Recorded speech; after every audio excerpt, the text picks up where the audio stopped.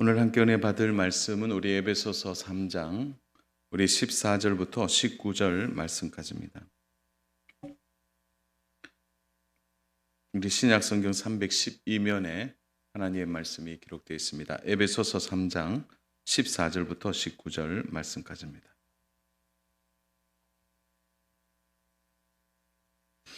네, 14절부터 19절 말씀을 제가 봉독하도록 하겠습니다. 이름으로 내가 하늘과 땅에 있는 모든 각 족속에게 이름을 주신 아버지 앞에 무릎을 꿇고 비노니 그의 영광의 풍성함을 따라 그의 성령으로 말미암아 너희 속사람을 능력으로 강건하게 하시오며 믿음으로 말미암아 그리스도께서 너희 마음에 계시게 하시옵고 너희가 사랑 가운데서 뿌리가 박히고 터가 굳어져서 능히 모든 성도와 함께 지식에 넘치는 그리스도의 사랑을 알고 그 넓이와 길이와 높이와 깊이가 어떠함을 깨달아 하나님의 모든 충만하신 것으로 너희에게 충만하게 하시기를 구하노라. 아멘. 우리는 오늘부터 해서 이제 19절까지 우리 바울의 기도의 내용에 대해서 좀 살펴보려고 합니다. 오늘은 그래서 16절까지만 좀 살펴보고요. 계속 몇 주 동안은 우리 바울이 기도했던 17절, 18절, 19절 말씀을 좀 보려고 합니다. 우리 1절에서 13절까지는 바울이 자신이 감옥이라는 현장에 있지만 오히려 에베소 성도들을 사랑하고 진심으로 격려하고 있는 바울의 깊은 사랑과 마음을 우리가 말씀을 통해 살펴보았습니다. 자, 이렇게 바울은 에베소 성도들을 사랑하는 그 마음의 중심을 가지고 그들을 가르치고 권면하고 또한 그들에게 참된 복음을 전할 뿐만 아니라 가장 귀한 일을 바울이 그들을 위해 하고 있는 것을 오늘 본문을 통해 볼 수 있습니다. 그것은 바로 바울이 에베소 성도들을 향하여 기도하고 있는 내용입니다. 여러분 21절까지 바울이 기도하는 내용을 좀 보게 되는데요. 바울이 지금 감옥이라는 현장에 있지만 바울은 기도하는 일을 그는 놓치지 않고 하고 있는 것을 보게 돼요. 사실 바울에게 있어서 가장 자유로운 일은 그가 항상 어떤 환경과 상황에 상관없이 그는 기도하는 자라는 사실입니다. 여러분 에베소서 6장 18절에 보면 바울의 기도 생활을 좀 알 수 있는데요. 우리 에베소서 6장 18절 우리 같이 한번 읽겠습니다. 모든 기도와 간구를 하되 항상 성령 안에서 기도하고 이를 위하여 깨어 구하기를 항상 힘쓰며 여러 성도를 위하여 구하라. 바울은 그가 기도하는 일을 항상 놓치지 않고 있는 것을 보게 됩니다. 그래서 오늘 말이 나오죠. 항상이라는 말이 나옵니다. 로마서 12장 12절도 보면 바울이 어떻게 기도 생활하고 있는지를 보는데요. 소망 중에 즐거워하며 환난 중에 참으며 기도에 항상 힘쓰며 여기서도 또 나오죠. 그러니까 바울은 기도하는 일이 바울에게 있어서 너무나 중요하고 바울의 기도의 생활의 가장 큰 특징은 어떤 장소, 어떤 환경, 어떤 상황에서도 그가 기도하는 자라는 사실을 보게 됩니다. 사실은 바울이 환경적으로 얼마나 지금 제한받고 있습니까? 그가 처한 공고한 상황은 말할 것도 없죠. 그가 감옥이라는 현장 안에서도 바울은 기도하는 일을 멈추지 않고 있는 것입니다. 보통 감옥이라고 하는 것이 어떤 것입니까? 모든 것을 가두어 놓는 거죠. 사람의 활동도 제한당할 뿐만 아니라 마음과 생각조차도 무거워지는 것이 감옥인 거죠. 그래서 들어가게 되면 이제 무기력해지는 것입니다. 여러분 그런데 아무리 감옥이라고 해도 바울을 방해할 수 없었던 것은 바울이 기도하고 있는 이 기도의 태도를 절대 방해할 수 없었다는 거죠. 그래서 바울이 자신이 하고 있는 가장 귀한 일은 바로 에베소 성도들을 위해 기도하고 있다. 이렇게 말하고 있는 것입니다. 감옥이라고 기도가 쉬는 것이 아니죠. 아무리 요즘 세상에 코로나로 인해서 자유로운 활동이 막히고 또 힘들고 어려워도 사랑하는 여러분, 우리는 여전히 기도할 수 있습니다. 여러분, 기도할 수 없는 환경은 없는 것이죠. 오히려 코로나로 인해서 개인 골방에서 우리는 기도할 수 있고요. 또 인원의 예배가 제한되어도 제한된 인원 속에서도 우리는 기도할 수 있습니다. 개인적인 차 안에서도 기도할 수 있고 직장 생활의 탕비실에서도 우리는 잠시 기도할 수 있는 거죠. 문제는 우리가 어떤 환경 때문에 기도가 쉬워진다면 어떤 상황의 막힘 때문에 우리의 기도 생활을 항상 하지 못하게 되는 것이 우리에게는 더 큰 위기라는 사실을 기억해야 돼요. 그러니까 감옥이라는 것이 위기가 아니라는 거죠. 그런 의미에서 바울이 평정심을 가지고 그가 항상 기도할 수 있었던 이유가 여기에 있는 거죠. 뭐 감옥이라도, 그가 광야라도, 아니면 그가 죽을 것 같은 상황 앞에서도 그는 기도하는 일을 멈추지 않는 것이죠. 왜 그렇습니까? 그의 삶의 가장 충성스러운 부분이 바로 그의 기도 생활에 나오기 때문입니다. 사랑 여러분, 바울이 바깥에 있을 때는 더 많은 일을 했습니다. 복음을 전하고 가르치고 교회를 세우는 일을 그는 거침없이 감당했습니다. 그런데 보세요. 그러한 생활이 막힌 감옥 안이라도 바울이 하고 있는 일이 뭡니까? 여러분, 감옥에서 바울은 서신서를 4개나 쓰죠. 에베소서, 빌립보서, 그리고 빌레몬서. 정말 바울이 할 수 있는 일들을 그는 다 감당하고 있는 거죠. 또한 시위대 사람들에게 복음을 전했고요. 또한 바울은 더 기도함을 통하여 그들이 바로 있는 교회들을 향하여 기도하는 일을 쉬지 않았다는 것입니다. 여러분, 그래서 바울에게 있어서 가장 중요한 일은 바울이 기도하고 그 기도를 들으신 하나님이 일하시는 이런 일들을 바울은 주저없이 감당하고 있었던 것이죠. 그래서 오늘 바울이 에베소 성도들을 향하여 나는 지금 갇혀 있지만 나는 여전히 내 일을 하고 있다는 거죠. 그 일이 무엇입니까? 하나님께 기도하고 있는 거죠. 사랑 여러분, 정말 기도하는 일이 바울에게 있어서 그가 움직일 수 없지만 그는 단단히 붙들고 하나님께 기도하고 있는 것을 보게 됩니다. 왜 그렇습니까? 기도는 하나님의 일을 하는데 가장 효율적이기 때문이죠. 그러니까 하나님이 일하시는 그 하나님이 역사하시는 그 일에 내가 기도함을 통하여 함께 하고 있는 것을 보게 되는 것입니다. 자, 오늘 그런 의미에서 저는 바울의 기도를 시작하면서 바울에게 있어서 기도할 때 가지는 바울의 중요한 마음가짐과 태도가 뭔지를 좀 보고 오늘 바울이 가장 먼저 하는 기도가 무엇인지 좀 말씀을 보려고 합니다. 여러분 14절 15절을 우리 같이 한번 보겠습니다. 14절 15절 우리 같이 읽겠습니다. 이러므로 내가 하늘과 땅에 있는 각 족속에게 이름을 주신 아버지 앞에 무릎을 꿇고 비노니. 자, 바울이 감옥에서 기도할 때 하나님을 어떻게 부르고 있습니까? 여러분 본문을 보니까 하나님을 어떻게 부르죠? 15절에 보니까 이름을 주신 아버지 앞에. 바울이 하나님을 아버지라 이렇게 부르고 있습니다. 여러분 바울의 서신서의 가장 큰 특징 중에 하나가 바울이 하나님을 아버지다 이렇게 부르는 것이죠. 바울의 이 한결같은 고백입니다. 이것은 육신의 아버지와는 전혀 다른 것이죠.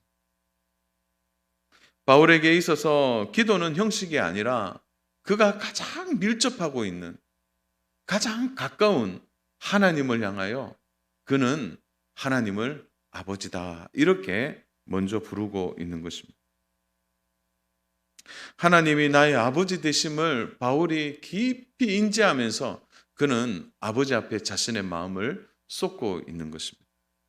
그래서 바울이 기도할 때마다 하나님 아버지 이렇게 말하는 이 아버지는 바울의 인생에 있어서 가장 중요한 그리고 바울의 사역의 가장 핵심이라고 말할 수 있는 것입니다.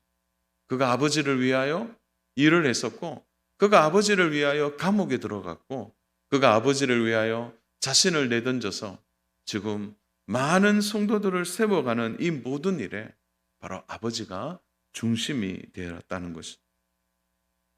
참, 그래서 바울이 짧은 기도이지만 오늘 15절에 보니까 이름을 주신 아버지 앞에 무릎을 꿇고 비노니, 이 짧은 아버지라는 이 호칭과 이 기도의 시작에서부터 바울의 중심을 우리는 깊이 보고 있습니다. 사랑하는 여러분, 오늘 새벽에도 제가 말씀을 나누면서 성령님이 우리 안에 하시는 가장 중요한 일 중에 하나가 바로 아버지를 우리의 감정으로, 우리의 의지로, 우리의 머리로 직접 호칭할 수 있도록 성령님이 우리 안에서 우리를 주장하신다는 것이 얼마나 큰 은혜인지를 우리가 새벽에 나누었지 않습니까? 같습니다.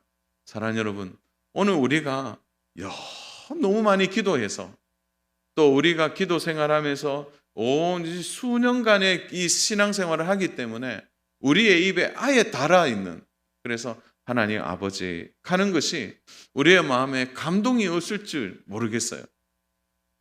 또 아버지라고 부르기 때문에. 그런데 한번 깊이 생각해서 우리의 마음을 한번 쏟아보십시오. 어떤 기도 제목이 있기 때문에 아버지의 이름을 부르는 게 아니라 그저 나를 살리고 나를 구원하여 주셔서 오늘 이 자리에 또 믿음의 사람으로 이끌어 가시는 그 하나님의 복된 사랑 앞에, 그 사랑을 표현하는 방법이 우리 아버지, 이렇게 아버지라고 부를 때 우리 안에 뜨거움이 올라오지 않겠습니까? 바울이 바로 아버지라고 부르는 것을 우리도 함께 경험하고 함께 고백해야 할 것이죠. 바울이 이렇게 고백할 때 이 아버지라는 것은 오직 우리들에게만 허락된 것입니다. 여러분, 세상 사람들, 겉사람들은 절대 가질 수 없는 호칭이죠. 하나님 아버지. 그들은 하나님을 아버지라 부를 수 없는 것입니다. 그래서 누가 기도합니까? 사는 여러분, 한번 누가 기도하죠? 바로 하나님을 아버지라 부르는 성도가 기도할 수 있는 것이죠. 아버지라고 부르지 않는데 어떻게 기도할 수 있단 말입니다. 그러므로 바울은 아버지께 비노니, 이렇게 오늘 본문에서 이야기하는 이 아버지께 비노니, 이 말은 바울의 모든 사역에, 그리고 바울의 인생에 있어서 그가 다메섹에서 회심한 이후로부터 지금까지 바울을 바울되게 했던 가장 큰 중심이 바울이 아버지에게 기도하고 아버지를 찾고 부르짖을 때 바로 여기에서부터 바울이 된 것입니다. 우리가 지나온 세월들을 한번 돌아보십시오. 사랑하는 여러분, 지나온 숱한 세월 속에서 여러분들이 이루어낸 것이 여러분의 힘으로 이루어냈습니까? 여러분들이 어떤 일들 가운데 잘된 일들, 그래서 이제 자리를 잡고 그래도 남들 앞에서 좀 내세울 수 있는 것이 있고, 그래도 내일을 걱정하지 않고 살아가는 여러분의 인생에 있어서 수많은 시간들이 지나가면서 여러분들이 이루어낸 것이 여러분의 힘과 능력으로 된 것입니까? 여러분, 그때마다 고비가 있었고, 그때마다 죽을 것 같았고, 그때마다 눈물이 있었지만, 여러분, 그때 우리가 무엇을 했습니까? 그때마다 아버지의 이름을 불렀지 않습니까? 그때마다 아버지, 내가 아버지께 빕니다. 내가 아버지 앞에 엎드려 빕니다. 그렇게 빌고 빌었을 때, 사랑하는 여러분, 우리의 상황이 역전되어지고 우리의 삶의 자리가 변화되어지고 우리가 복을 받은 것이 아닙니까? 이것을 우리는 아무리 생각해도 이것이 전적인 하나님의 은혜인 것입니다. 그래서 우리가 아버지께 빌 때, 이때 이가 얼마나 우리에게는 복되고 행복한 일이 아닌지 모릅니다. 그래서 우리가 이만큼 온 것도요, 우리가 아버지의 이름을 불렀기 때문이고 우리가 아버지께 빌었기 때문입니다. 사랑하는 여러분, 오늘 우리 시대를 참 어떻게 평가할까요? 참 신앙생활하기 힘든 시절입니다. 어떻게 신앙생활을 우리가 한단 말입니까? 지금은 뭐 코로나는만 말할 것도 없고요. 세상에 좋은 것이 얼마나 많이 있는지 모릅니다. 그런 힘든 속에서 오늘 우리가 한 걸음 한 걸음 내딛고 있는 거예요. 여러분, 세상을 이기는 힘은 오늘 바울이 오늘 이렇게 고백했던 것처럼 아버지께 빌 때 세상을 이길 수 있는 거예요. 절대 세상을 이길 수 있는 다른 방법이 없는 것입니다. 사랑하는 여러분, 아버지의 이름을 부를 때마다 우리의 마음을 하나님께 쏟기를 원합니다.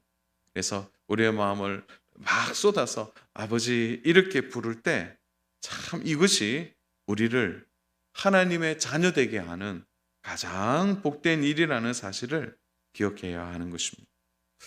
여러분, 할 일이 많아서 기도하는 사람들이 있어요. 그건 뭐 어쩌면 더 당연하겠죠. 그러면 다시 반문하면 할 일이 없으면 기도 안 해도 됩니까? 그렇지 않잖아요. 할 일이 있어도 기도하고 할 일이 없어도 기도하고 우리가 자유로울 때도 기도하고 갇혀 있을 때도 기도하는, 그래서 그 기도에 아버지의 이름을 부르는 이 기도에서부터 오늘 우리의 참된 믿음이 역사하고 활동하는 줄로 믿습니다. 바울이 이렇게 아버지의 이름을 부르고 기도할 때마다 그에게 능력이 나타나고 그에게 기도 응답이 주어진 이유가 무엇입니까? 그것이 바로 바울에게는 매우 중요한 경건한 두려움이 있었기 때문이에요. 여러분, 15절에 보면 바울이 기도할 때 아버지라고 부르고 그가 빌었을 때 바울의 모습을 보시기 바랍니다. 15절, 이름을 주신 아버지 앞에 어떻게 하고 있습니까?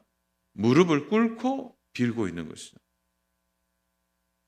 자, 여러분, 무릎을 꿇는다라는 의미를 우리는 좀 어떻게 봐야 하는 것이죠? 여러분, 대부분 이스라엘 사람들은 어떻게 기도합니까? 대부분 기도할 때 서서 기도합니다. 그래서 예수님이 바리새인들을 말씀하실 때 어떻게 말했습니까? 너희가 시장 어귀에 서서 기도할 때.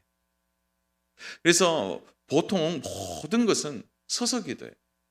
성전을 향하여서도 바리새인이 서서 어떻게 합니까? 우리는 저 세리와 같지 않다라고 고백할 때도 서서 기도하는 거죠.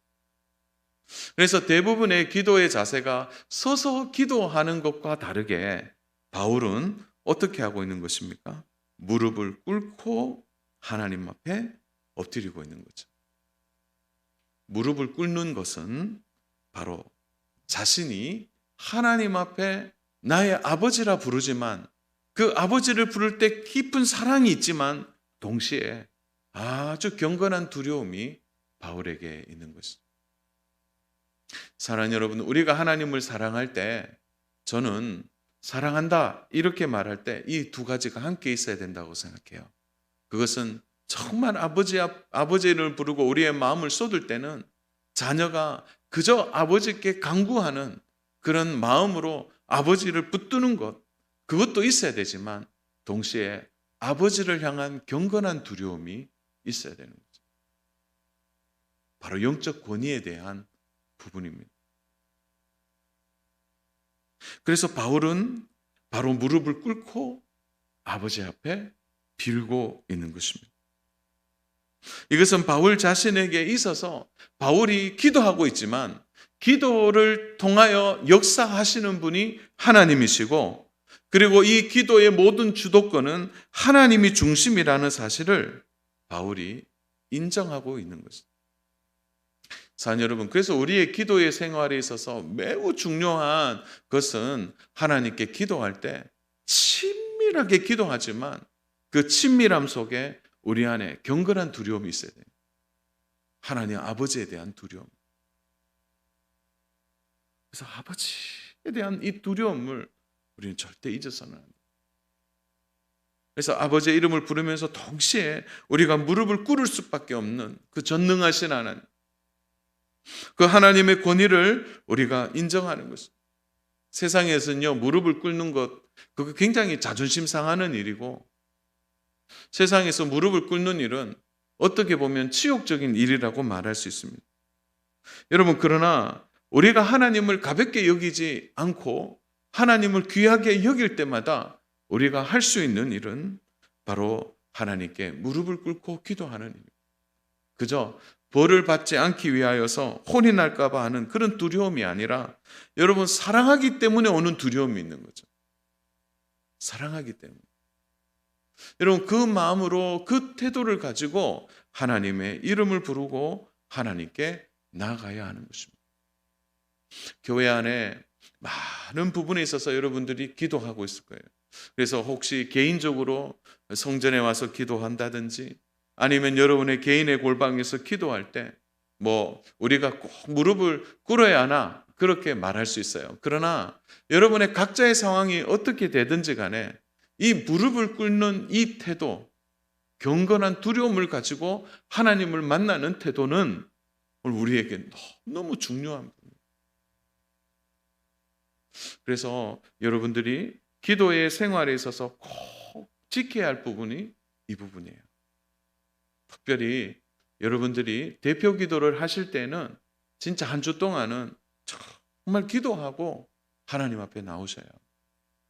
그리고 우리가 어떤 모습, 어떤 모양이든지 간에 우리의 기도를 받으시는 그 복되신 하나님의 사랑을 우리가 깊이 묵상함과 동시에 바로 이러한 경건함을 가지고 주님 앞에 기도하는 태도가 너무나 중요하다는 것을 바울이 직접 보여주고 있는 것입니다. 꼭 무릎을 꿇고 비노니 이렇게 바울이 말 안 해도 되는데 에베소 성도들에게 뭐라고 했습니까? 나는 무릎을 꿇고 너희들을 위해 빌고 있다. 이렇게 말하는 바울의 심정을 우리가 기억해야 합니다. 사랑하는 여러분, 하나님을 인정하지 않으면요 절대 무릎을 꿇을 수 없어요. 하나님을 우리가 정말 사랑하고 하나님의 그 위대함을 믿고 인정한다면 오늘 우리의 삶의 자리에서 하나님의 권위를 인정하고 경건한 두려움으로 우리의 기도 생활을 이어가는 우리 귀하고 복된 저와 우리 성도 여러분 되시기를 축복합니다. 자, 그러면 오늘 바울이 이러한 믿음과 태도를 가지고 어떻게 기도합니까? 가장 첫 번째 기도만 오늘 좀 살펴보려고 하는데요. 여러분 우리 16절 같이 한번 합독하겠습니다. 그의 영광의 풍성함을 따라 그의 성령으로 말미암아 너희 속사람을 능력으로 강건하게 하시오며. 자, 바울의 기도 첫 번째는 무엇입니까? 바울의 기도 첫 번째는 속사람을 강건하게 하옵소서 이 기도였습니다. 여러분 바울이 이 서신을 전할 때 에베소 성도들은 어떤 구성이 되어 있었습니까? 여러분 그래서 신학자들 사이에 당시에 에베소 성도의 약 절반에서 60%가 노예였다. 그 구성원들의 절반 이상이 노예였다. 이렇게 말하는 신학자들도 있고요. 어떤 주석가는 에베소 교회의 약 한 70% 이상이 노예였다. 그래서 바울이 그들을 향하여 너희의 속사람이 강건했으면 좋겠다라고 말하는 그 서신을 받는 대부분의 사람들이 그 서신을 회람하는 그들의 신분은 대부분 노예였을 것이다. 이렇게 말하고 있습니다. 사랑하는 여러분, 그렇다면 우리는 한번 오늘 이 바울의 첫 번째 기도를 좀 생각해 볼 필요가 있습니다. 왜 그렇습니까? 노예가 누구입니까? 가장 삶이 공고하고 힘든 자들이죠. 그들의 쉴 때가 유일하게 쉴 때는 잠잘 때입니다. 신분적으로는 생활적으로는 가장 힘든 사람들이 바로 노예라고 말할 수 있는 거죠. 물론 종의 단계가 여러 가지가 있어요. 그래서 좀 자유로운 종이 있고 상업 활동을 하는 종들도 있어요. 그리고 주인의 가게를 맡아서 그리고 상점을 하는 종들도 있었고 아예 가장 낮은 단계에서 그야말로 이 물건 취급 받듯이 하는 종들도 있었어요. 그러한 다양한 종들이라 할지라도 한결같은 것은 다 매여 살아가는 사람들이라는 거죠. 그렇다면 바울이 첫 번째 그들의 태도와 그들의 처지를 안다면 이렇게 기도해야 되는 거 아니에요? 아버지 하나님, 저들이 자유롭게 되기를 원합니다. 저들이 평안한 삶을 살기를 원합니다. 그들이 자신의 속죄를 대신 갚을 만한 능력과 물질을 허락해 주옵소서. 그리고 그것이 어떻게 보면 가장 현실적인 기도고 어떻게 보면 그들의 필요에 가장 적합한 기도다 이렇게 말할 수 있습니다. 그러나 바울은 그렇게 기도하지 않습니다. 바울이 가장 먼저 내뱉은 첫 번째 기도는 바로 그들의 속사람이 강건해지는 거죠. 그들의 내면이 강건해지는 것이고 그들의 마음이 굳건해지는 것입니다. 여기서 강건이라고 말하니까 좀 어려운 표현인데요. 이걸 한마디로 얘기하면 건강해지는 겁니다. 건강해지는. 다시 말해서 그들의 영혼이 건강해지는 것을 바울이 강구하고 있는 것입니다. 바울은 그들의 영혼이 건강해지면, 정확하게 표현하면 그들의 영혼이 힘을 얻으면 어려운 상황, 힘든 상황, 지금 노예의 상황에도 너끈히 이겨내서 그들 안에 하나님의 영광이 나타날 것을 바울이 확신하고 있는 것입니다. 여러분, 이 속사람이라는 단어가 신약 성경에 3번 나오는데요. 다 바울이 이 단어를 사용했습니다. 고린도후서 4장 16절에 보면 그러므로 우리가 낙심하지 않으니 우리의 겉사람은 낡아지나 우리의 속사람은 날로 새로워지느니라. 바울이 이렇게 얘기하면서 우리에게는 겉사람이 있고 속사람이 있다 이렇게 표현하고 있습니다. 사랑하는 여러분, 제가 서두에 얘기했죠. 아버지라 부를 수 있는 사람은 하나님의 자녀밖에 없습니다. 그렇다면 이 겉사람들은 누구입니까? 바로 하나님을 아버지라 부를 수 없는 자들이 바로 겉사람이에요. 그들은 날마다 낡아지게 된다는 거죠. 그러나 속사람이 있는 우리는 날마다 새로워진다라는 것이 바울의 증언입니다. 여러분, 이 겉사람의 가장 큰 특징은 죄를 좋아한다는 것입니다. 죄를 따라가려고 하고 죄와 함께 살려고 하는 것이 바로 겉사람의 특징입니다. 그래서 로마서 7장 21절부터 23절에 보면 그러므로 내가 한 법을 깨달았노니 곧 선을 행하기 원하는 나에게 악이 함께 있는 것이로다. 내 속사람으로는 하나님의 법을 즐거워하되 내 지체 속에서 또 한 다른 법이 내 마음의 법과 싸워 내 지체 속에 있는 죄의 법으로 나를 사로잡는 것을 보는도다. 그러니까 이 겉사람과 속사람이 서로 대립되고 있는 것을 보게 되는 것입니다. 사랑하는 여러분, 겉사람은 화려하게 보이고 좋아 보여요. 왜? 눈에 보이기 때문에. 그렇지만 치명적인 약점이 있는 거죠. 세월이 가고 시간이 가면 부패해지고 낡아지는 것입니다.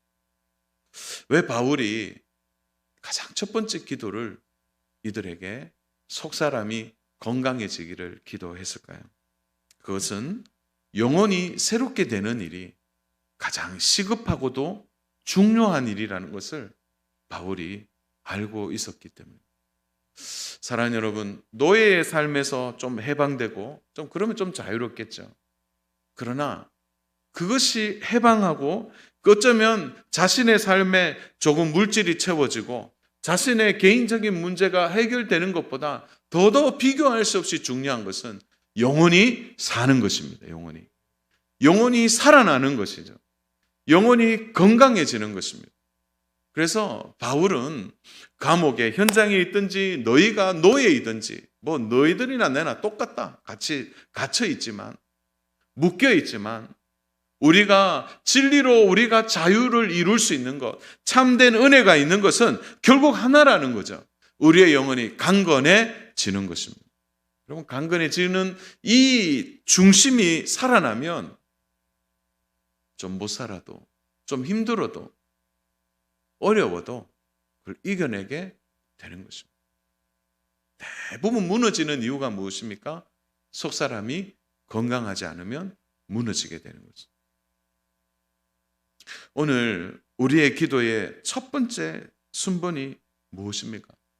저도 말씀을 준비하면서 가만히 좀 생각해 보니까 우리 자녀들 위해 기도할 때 좀 공부 잘하고 좀 지혜롭고 자신의 비전을 좀 찾아가고 그리고 어릴 때부터 좀 재능을 발견하고 그리고 좋은 친구 만나고 좋은 선생님 만나는 거 그 기도했습니다. 그런데 가만히 오늘 말씀을 보면서 보니까 문제가 있어요. 그런 기도도 중요하지만 그는 하나님께 구하는 것은 좋은 겁니다. 그러나 가장 우리의 우선순위가 달라지지 않아야 됩니다. 그게 첫 번째 뭡니까? 우리의 자녀의 속사람이 건강해지는 거죠. 우리의 자녀들의 영혼이 날마다 새로워지는 거예요. 하나님의 말씀으로 새로워지고 그들의 영혼이 예배를 통하여 하나님과 접속되어질 때 그들의 영혼에 빛이 나는 것. 여러분, 그것을 바울은 어떻게 표현하고 있습니까? 여러분, 16절을 한번 중요하게 한번 들여다보세요. 그의 영광의 풍성함을 따라. 바울은 알고 있었다는 거죠. 속사람이 건강해질 때 오는 가장 중요한 은혜는 바로 무엇입니까? 하나님의 영광의 풍성함을 경험하게 됩니다. 그것을 잊지 않는 것입니다. 자녀를 위해 좀 잘못 기도했더라고요. 물론 잘못 기도한 건 아니지만 우선순위에 있어서 우리 자녀들이 하나님의 말씀과 은혜를 통해 바로 우리의 자녀의 속사람이 건강해지는 것, 영혼이 날마다 새로워지는 것을 하나님께 구하는 일이 오늘 우리에게 가장 중요한 자녀의 첫 번째 기도 제목이 되어야 하는 것입니다. 사랑하는 여러분, 동일합니다. 오늘 우리의 가족들에게 어떤 기도를 하고 계시죠? 또 우리 교회 성도들을 향하여, 여러분 구역의 식구들을 향하여, 또 여러분의 친한 믿음의 가족들을 향하여 제일 먼저 기도하는 것이 무엇입니까? 그 권사님, 그 집사님 영혼이 강건해지는 것, 그 영혼이 새롭게 되는 것, 영혼이 하나님이 주시는 은혜의 풍성함을 누려서 오늘 여기에 나오잖아요. 하나님의 영광을 날마다 체험하고 누리는 그 풍성함 속에 영혼이 건강해지는 것을 우리는 날마다 기도해야 될 줄로 믿습니다. 사랑하는 여러분, 우리가 거듭난다고 해서 우리의 영혼이 당장 성숙해지는 게 아닙니다. 여러분, 다들 어린아이의 시절을 지나가야 되죠. 그래서 어린아이가 돌봄을 받고 자라서 자기가 스스로 모든 이들을 판단하고 결정할 때까지는 바로 가장 해야 될 일은 영혼이 건강해지도록, 영혼이 살찌고 영혼이 성숙해지도록 놓치지 않고 돌보는 일이 중요한 일이 되는 것입니다. 그러므로 바울이 이 사실을 알았기 때문에 건강하도록, 그들의 영혼이 살아나도록 바울이 이렇게 기도하고 있는 것입니다. 사랑하는 여러분, 참 바울이 진심의 마음을 쏟아서 너희 속사람이 건강했으면 좋겠다. 좀 노예인데 힘들지. 물론 너희들이 살아가는 삶이 힘들 거야. 그럼에도 불구하고 너희들이 속사람이 강건하면 이겨낼 수 있고 이 상황에서 결국 승리하게 될 것을 바울이 확신했기 때문에 가장 첫 번째로 바울이 기도하고 있는 것입니다. 사랑하는 여러분, 오늘 우리도 오늘 함께 말씀을 듣고 또 나누는 귀한 성도 여러분 한 분 한 분에게도 여러분의 영혼이 강건해지기를 축복합니다. 여러분의 속사람이 건강해지도록 서로를 위해 기도하는 일을 멈추지 말아야 할 것입니다. 말씀을 정리합니다. 우리 한국교회 역사에 가장 귀한 우리 손양원 목사님, 그 옥중에 쓴 그 옥중 서신들이 참 많이 있어요. 그 중에 한 곳을 제가 발췌해서 좀 나누려고 합니다. 손양 목사님 이렇게 서신을 써서 보내었습니다. 음식 잘 먹는 것보다 마음 잘 먹는 것이 낫고 의복으로 단장하는 것보다 선행을 옷 입듯이 살아가라. 물질이 궁핍하면 도를 통해 이치를 깨닫게 되고, 이게 도리라는 것이 말씀이죠. 말씀을 통해 이치를 깨닫게 되고, 반대로 배부르고 따뜻하고 평안하면 음란 죄가 나타난다. 손양원 목사님이 그 감옥의 현장에서 성도들을 향하여 또 가까운 가족들을 향하여서 쓴 서신에 여러분 핵심이 무엇입니까? 여러분 첫 번째 보세요. 음식 잘 먹는 것보다 마음 잘 먹는 것이 낫고, 결국은 무엇이죠? 그 속사람이 결국은 더 중요하다는 것을 말하고 있는 거예요. 손양 목사님이 감옥의 현장에서도 무엇에 집중하고 있는지를 보게 되는 것입니다. 사랑하는 여러분, 코로나가 아무리 덮치고 힘들게 해도요, 여러분 속사람이 강건하면 살 줄로 믿습니다. 아무리 어려워도요, 우리 기도할 수 있잖아요. 힘들고 제한당하는 삶이고 어려울수록 오히려 우리는 더 담대하게 아버지 앞에 무릎을 꿇고 빌며 하나님께 구할 수 있게 되는 것입니다. 혹여나 우리의 속사람이 강건해지도록 기도해야 될 나의 가까운 가족들이 있습니까? 구역의 식구들이 있습니까? 이웃들이 있습니까?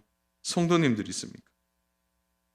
우리의 기도의 첫 번째가 그들의 속사람, 그들의 영혼이 강건하도록 함께 기도하기를 원합니다.